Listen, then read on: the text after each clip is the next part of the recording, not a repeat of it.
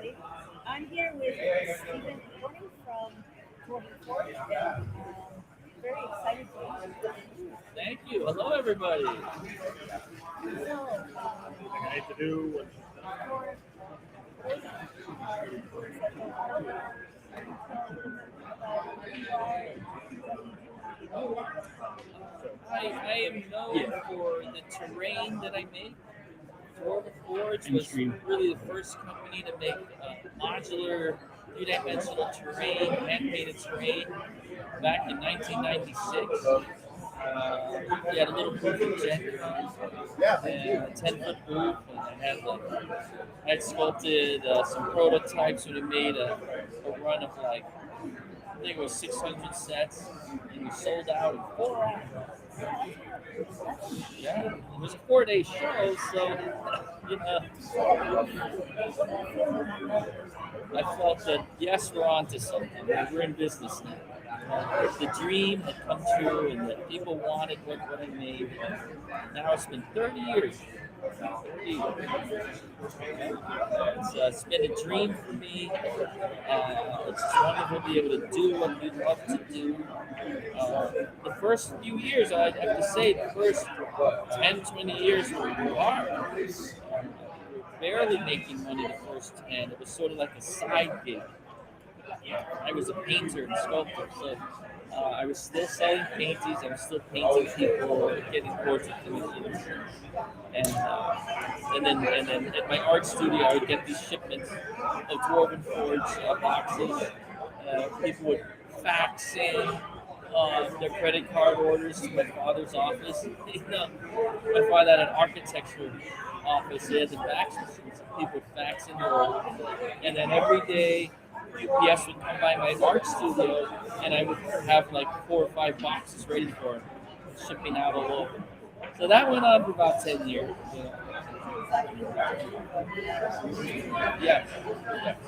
I started at art and design high school, and that's when I learned to get really serious about doing art.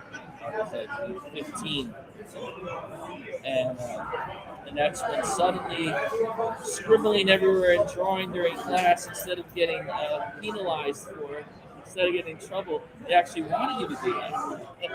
So that's when my life changed. And suddenly I went from the worst student, being a terrible student, to the best student.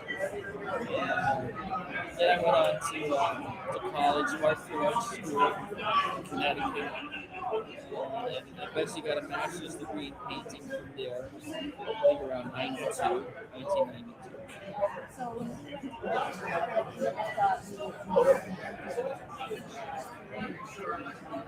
Yeah, I was in the art school, and I was still, yeah, no idea that I was running Dungeons and Dragons games.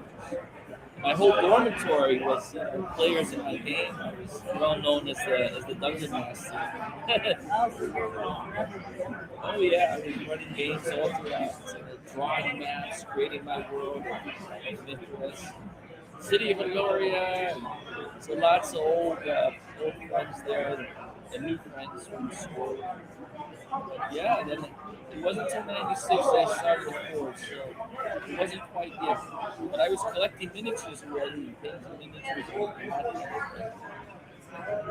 and it actually experimented with some cardboard pieces to make three-dimensional stuff using cardboard.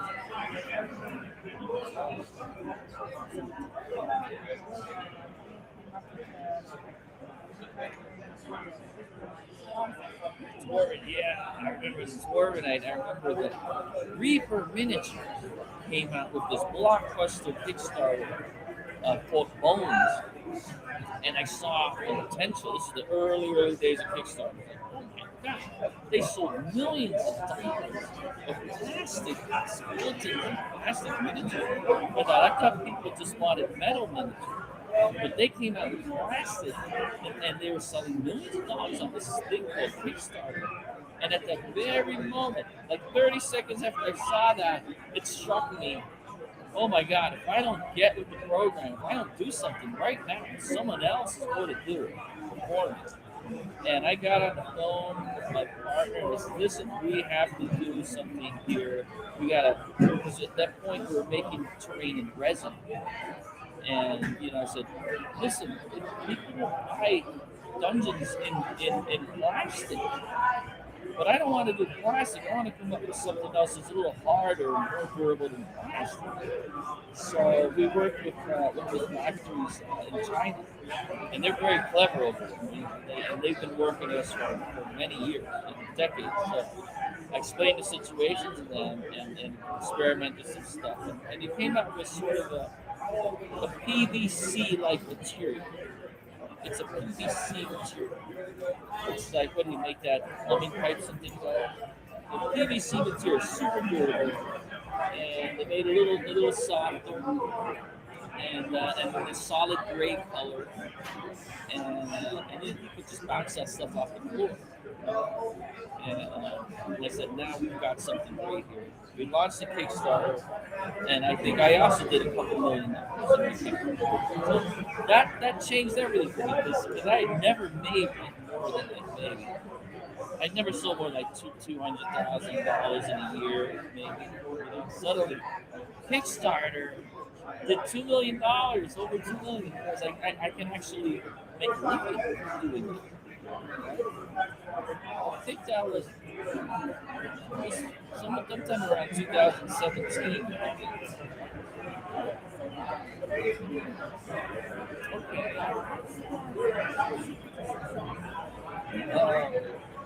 Always try to make a great product.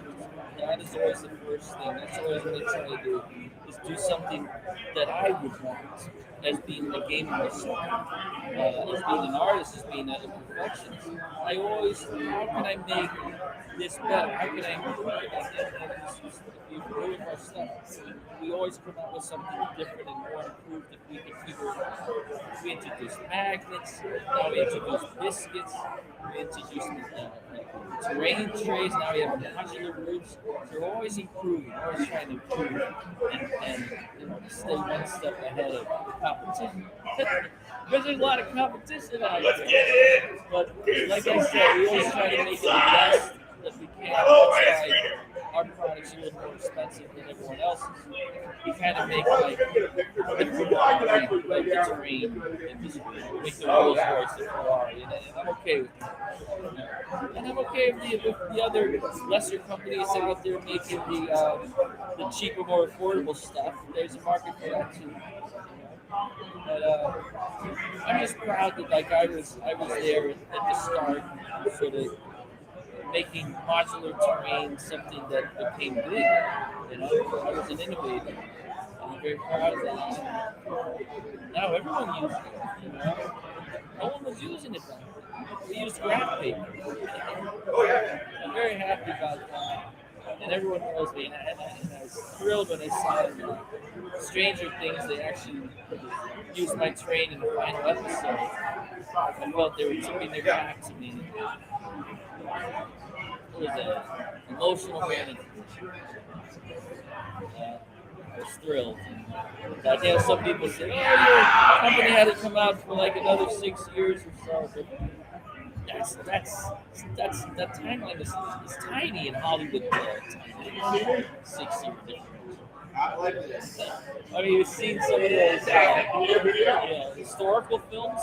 I mean, they mess with the details way more than that. So I was very proud of that. Hey guys, we're here at We'll be around for another 30 years. And I'm about to buy a land speeder. And I have younger people working at the Nobody wants to since the new model came out.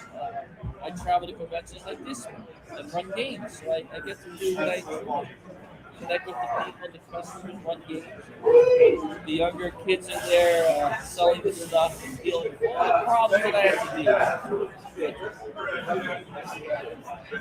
Well, here at 2 o'clock, in a little while, we're running a game, and it might be for 8 players or more. And then more people might show up and join. And they're going to storm a castle, tower, go through the forest. We'll see if they can survive. We're gonna play old school, first edition Dungeons and Dragons, AD&D, which I never really wanted to go to the other editions. That's the one I started with, and I still think for me it's the best one. Old school D&D. I've never tried. Second edition.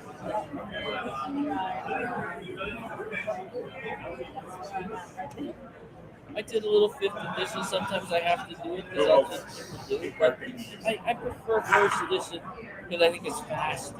It's faster and less complicated. Sometimes I think in fifth edition, which may be good if you have only like 4 people playing. Thank you. But Yes, this is. I usually have 8 or 10, so I need a game that goes fast. First More edition power. is Yeah.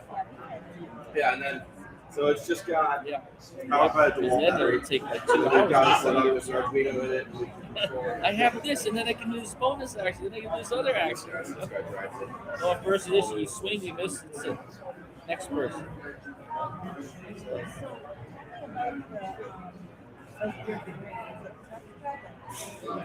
Oh, yeah. 3-dimensional texture. A lot of textures, sometimes I take actual rocks and press them when I'm sculpting it. I take rock textures, actual rocks, and press it against the solid body to get a real, true rock texture. Yeah, we're right around the corner. I don't know what the number is. Do they have numbers? Yeah. So you'll probably, if you're wandering around the hall, you'll probably hear us because there'll be a lot of excitement, a lot of yelling and screaming. Oh, yeah! Yeah!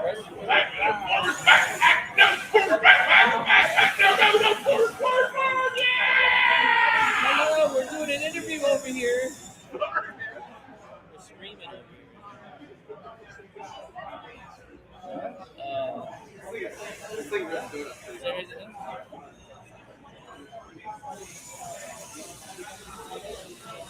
Oh God, I don't actually run them.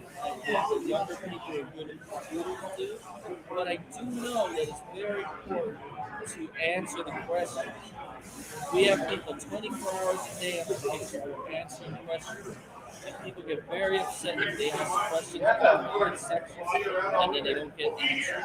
So we have multiple people who all the time answer questions, and customer service is very, very important for us. Not just in the Kickstarter, but as a business. We pride ourselves in having a very, very good customer service. People appreciate that. And we know because we are awesome customers. We know how we want to be treated. So that's how we treat our customers. So lots of updates. We actually were doing like an update every day and then answering comments 24/7. It's a lot of work. I have a whole team, and we have, we don't have like hundreds of thousands of customers. We have several thousand very, very loyal, committed customers that love us and enjoy them. We get to know pretty much all of them.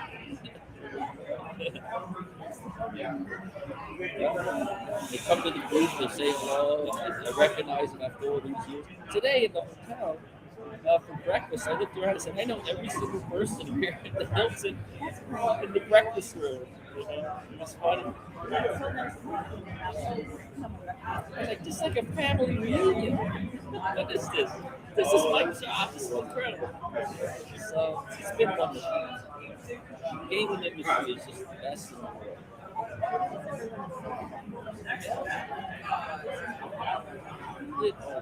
It's our first time here, so but very good. Love to be back. Ron Meister is a great guy. He's having beers with my restaurant. And he promised me a cheesesteak sandwich. Yeah. So hopefully tonight we're gonna have some cheesesteak. Yeah. So I gotta not eat too much of it. I'll say it. Oh. Yes, the biography. Yeah, they did. We had a team of cameramen Josh Bishop directed, and they followed me around for an entire year. An entire year. Every time I was going to do something, I would call them and say, I'm going to this convention. You guys should go here, there. The office, something happened in the office. So they filmed me the whole thing. It was not a scripted thing. It's just them following me around, filming me, and then they tied it all together. They had like 150 hours of footage, and they turned it into this little documentary movie. And I think they did a great job. And so that kind of put me on the map, sort of this. Oh, that's the guy that does Gordon Ford. It was on Netflix for like 2 or 3 years, and now it's on a lot of other platforms. You can still get it. Amazon, Apple, Hulu. It's out there if you search for it. And in fact, we actually have DVDs and Blu-ray discs at my booth. There's a lot of bonus footage on that, the Blu-ray and DVD. So stop by the booth and pick up a T-shirt or a DVD or alien miniatures. We've got aliens for Star Wars, metal aliens, Alphatorians. That I had a guy in Spain sculpted. Very limited edition, only 300 sets made. I think.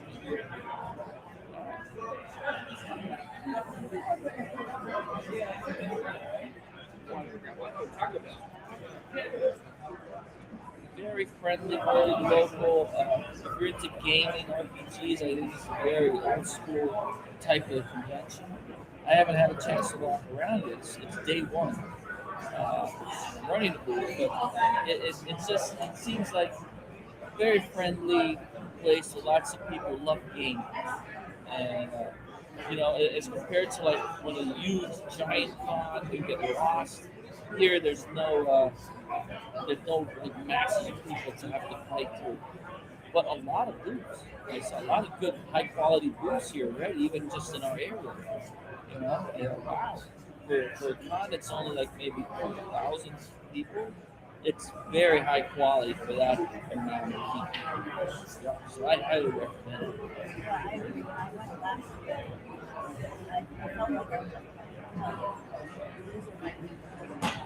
Yeah. Yeah. Wonderful. Yeah. And now in a little while, I'm going to run the game and we're going to drop them with arrows. We're going to storm the castle. There may be some fatalities there. It's all in good fun, not actual good times. The characters might drop their flags. That's what makes it fun. If it's easy, then it's just not a challenge. It's got to be a challenge. So make it to the end of Adventure Live should be challenging. It should not be a given. That's my philosophy.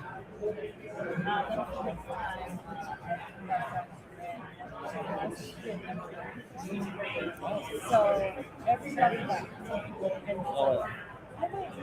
CPK. but it's so memorable. I remember that more than the other game that I found. Sometimes the way you die is very interesting. It's the stories. You remember the stories. Like at my last convention, OrcaCon, the magic user had found a scroll, a fireball scroll, 10th level, and then they encountered a giant spider down in the sewers, and it poisoned someone. Someone died, and they were all scared. And he's like, "Oh my God, I'm going to take my scroll out, fireball!" And I'm like, "No." So 7 people died in that fireball blast. The giant spider actually made a saving throw and survived. So it was not a great. 2 people escaped out of the sewers to live to tell the tale. 2 of them, they ran right away when he took out the scroll. They knew what was coming. The other people, they really didn't understand how big a fireball spell can be underground in a condensed passageways. Yeah. But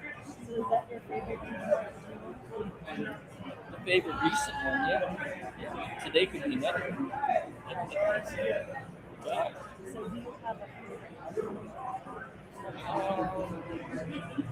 Yes, I think an important one is that with first edition magic users, we're usually only getting one spell.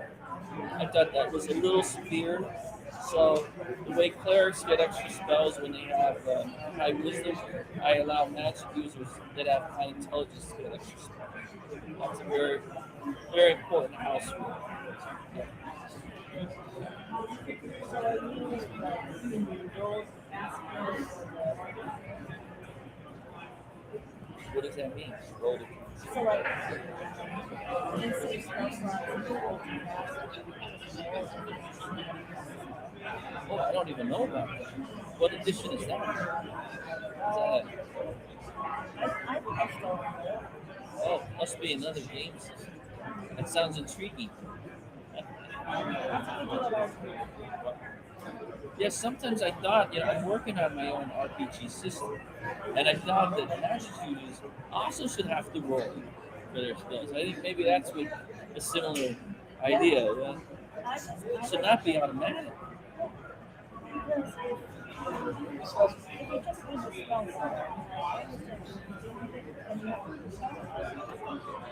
but I'm all for That's like I think more of the fifth edition where you have spell slots. And first is you had to pick the actual spell ahead of time, and then that was the spell you memorized. That's why you have to think very hard about what spell you might need in the future. Because if you memorize the wrong spell, that was a big problem.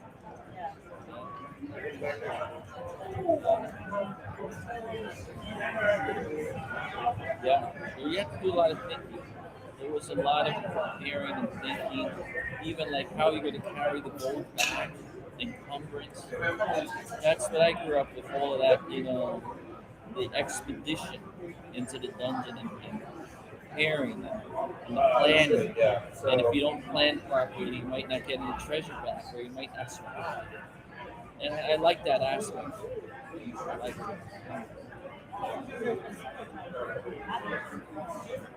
Yeah.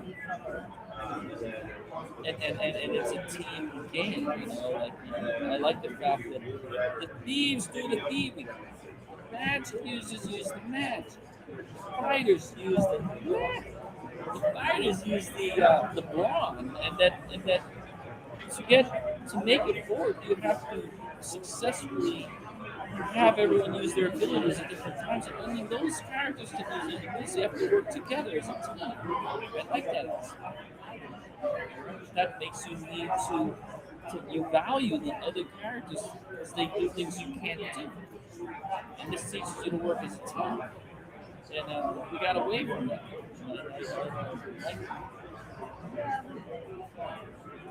So I'm going back to it. I like the games.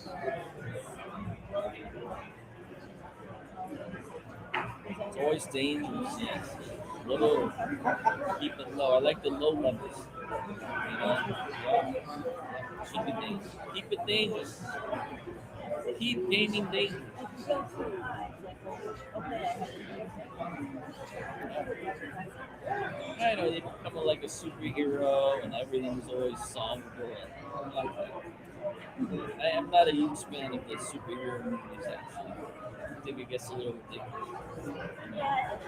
They never get hurt. They get thrown against walls. God, they would have broke my body in 10 different places. Now they get up and fight again. I'm not a big fan of that. I think that there should be consequences to violence. Violent actions occur, and they should, And,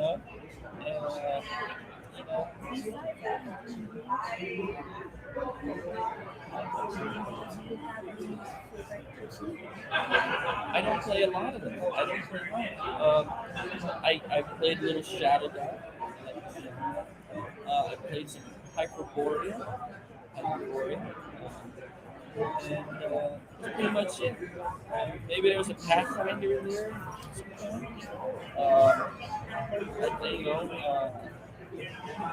Dungeon Crawl Classics was another one that comes to mind. Call of Cthulhu once or twice. And that's about it. That's about it. Probably a few others I can't remember. Mostly, it's 99% Dungeons and Dragons. Everyone have so many. Oh, I don't have time.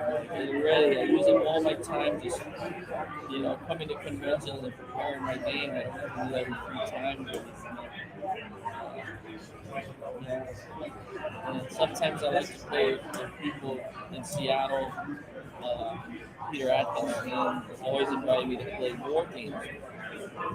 He likes the Napoleonic games. He's got a battleship game he wants to play. And he always let me play Total War, Risk, or Axis and Allies. So we have a whole group of war gamers out there. We have not delved into the RPG with them yet. We may get there. So it's a little change it up from the D&D to a little bit of Axis and Allies. That's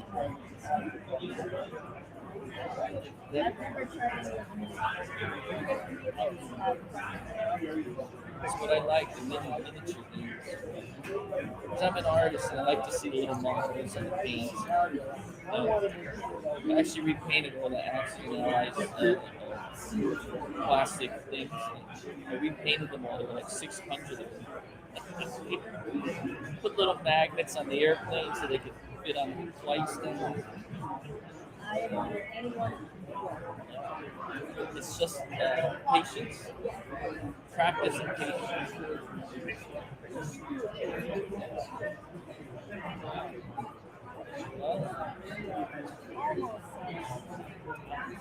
Okay, because then it's going to be game time.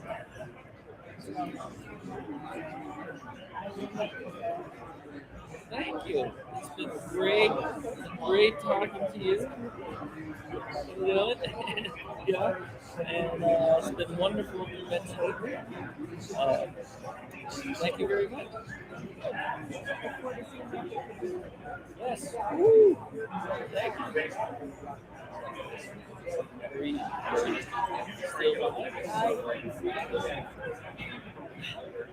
Hurry, we're still here, folks, but we're gonna go. Are you guys done? We're Yes. done. Thank you.